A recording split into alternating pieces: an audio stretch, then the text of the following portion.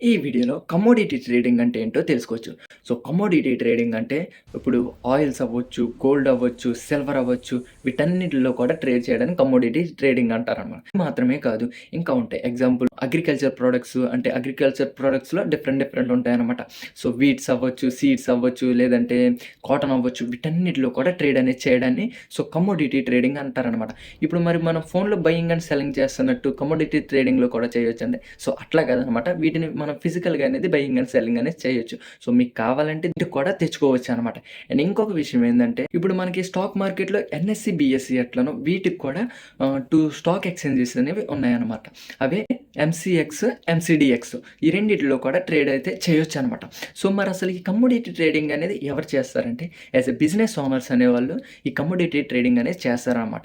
And ఎందుకంటే, so, ఇక్కడ మీకు చాలా ఇంట్రెస్టింగ్ ఫ్యాక్ట్స్ ఉంటాయి. సో, నేను ముందు వీడియోలో కూడా చెప్తాను వీటి గురించి.